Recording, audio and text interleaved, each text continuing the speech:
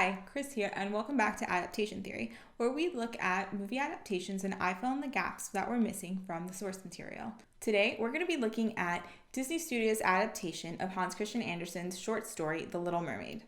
In this video, I'm going to be sticking with the names of the characters used in the Disney movie, because Andersen decided not to name his characters. Both stories are set at the bottom of the sea where the mer people live. There we meet the widower King Triton, the Queen Mother, and his 6 daughters. After reading a few short stories that inspired early Disney films, it was actually the original source materials that had the mothers dead or have them die early on in the story. Disney does offer a backstory to what happens to Ariel's mother, which explains Triton's hatred of the human world.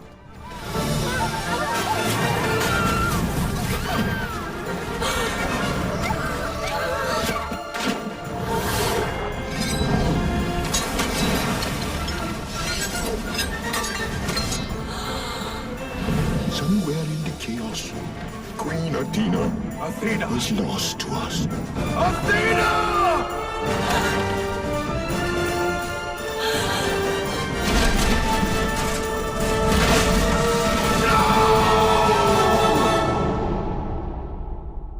In the film, Ariel's grandmother is replaced by Sebastian and Scuttle, who are both trying to teach her about love and the human world, while her sisters are replaced by Flounder. He is there for Ariel and helps her in any way possible. Also, the mer people can't speak to animals, but they see the fish as the equivalent to birds. I'm not sure why Disney always has princesses talking to animals. If you guys know why, please let me know in the comments below. How many times must we go through this? You could have been seen by one of those barbarians, by one of those humans. Daddy, they're not barbarians. They're dangerous. Do you think I want to see my youngest daughter snared by some fish-eater's hook? In Disney's version, the mer people are allowed to go to the human world and they're considered dangerous. Andersen starts off the story with Ariel being 10 years old and her grandmother telling her stories about the human world. You see, in the story, all mer people were allowed to go up to the human world once they turned 15, but most of them came back after months once the novelty wears off.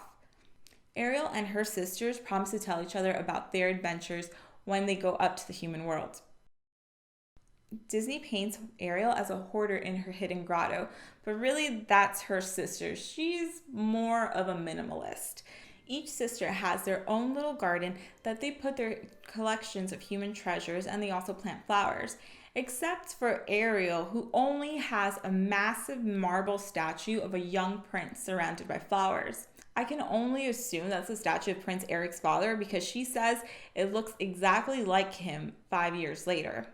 This one object also shows Ariel's obsessive nature in the story. She has no other interest in her life except for Prince Eric's affection. Ariel is also obsessive in the film, but in a more anthropological kind of way, her subject being the human world. She really just wants to know and collect everything that she can. I'm ready to know what the people know. Ask them my questions and get some answers. What's a fire and why does it, what's the word, burn? When's it my turn? Eric doesn't really come into the picture until after she sees him on his boat.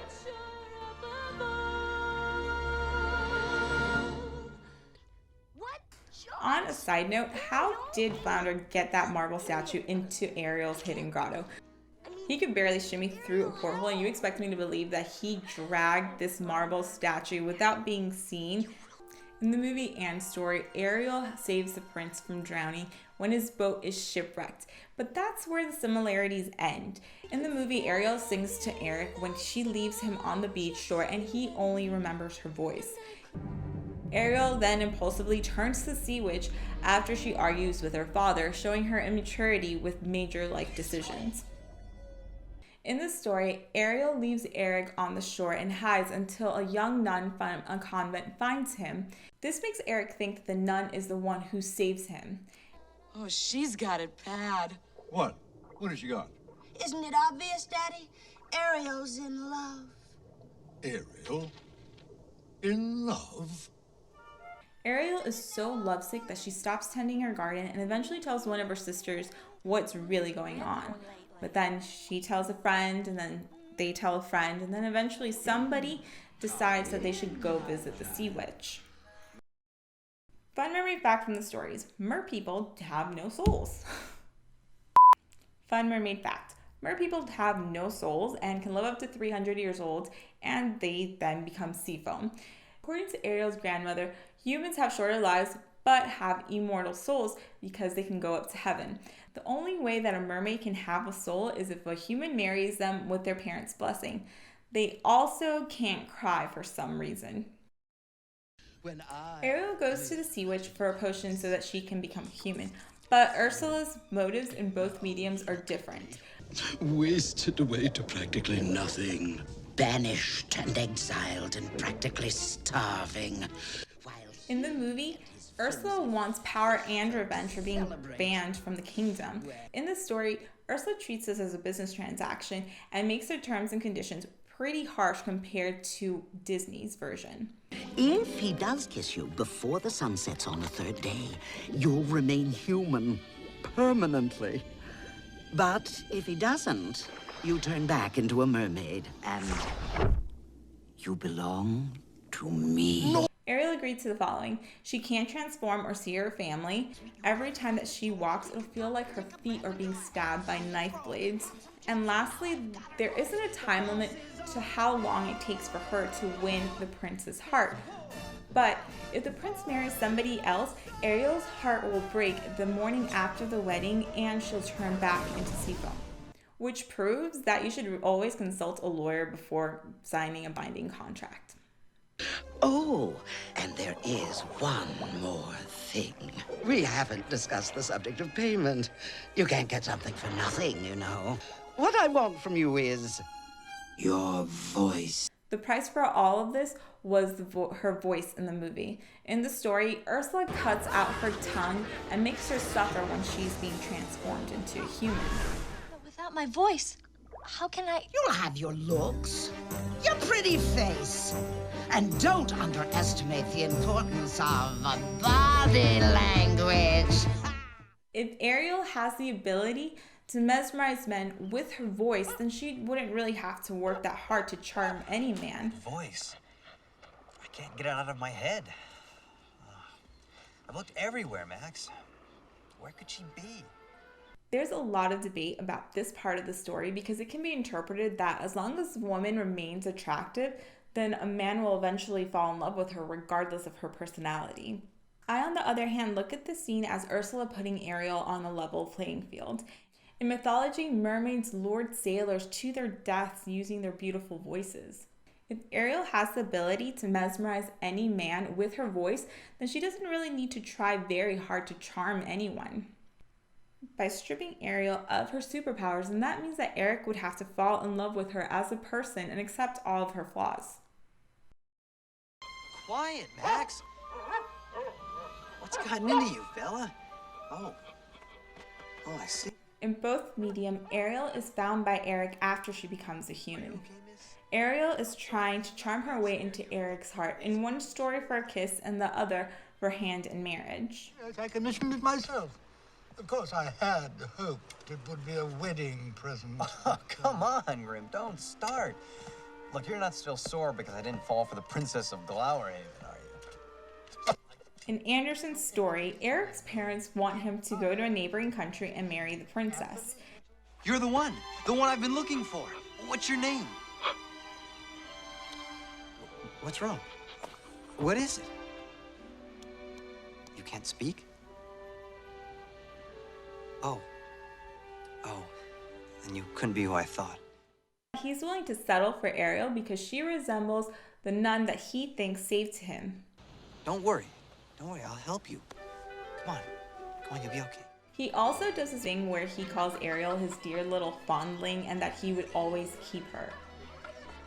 He tells her that he loves her like a child and that he would never make her his queen, which is a really weird thing to say.